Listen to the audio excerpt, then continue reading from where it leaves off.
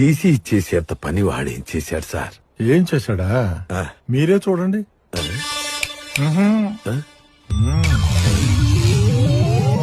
రే బుజ్జి, class room లో ఏం చేస్తున్నావురా? హోంవర్క్ చేస్తున్నానన్నా.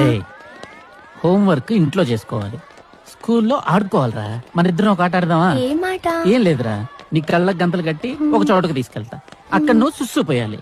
మళ్ళీ నేను ఇక్కడికి తీసుకొచ్చి నీ కళ్ళకున్న గంతలు తీసేస్తా. నువ్వు సుస్సు ఎక్కడ పోసో కనుక్కోవాలి. ఓకేనా? సరే. రే బుజ్జి, నేను 1 2 3 స్టార్ట్ అనగానే ఏం మాట్లాడకుండా సైలెంట్ గా జిప్ ఓపెన్ చేసి సుస్సు పోసేయాలి. ఓకేనా? ఓకే అన్నా. స్టార్ట్. పోయండ్రా.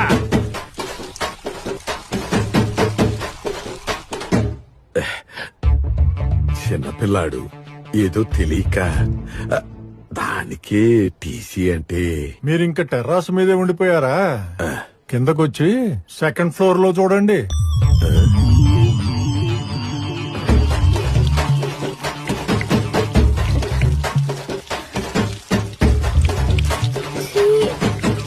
స్వీటీ, ఇది వర్షం కాదు.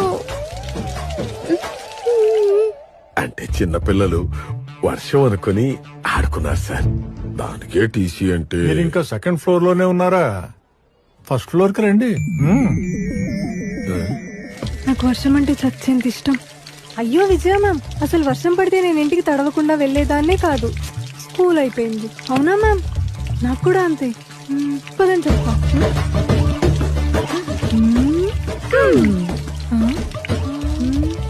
సునీత మ్యామ్, ఇవసలు వర్షం నీళ్లే కాదు.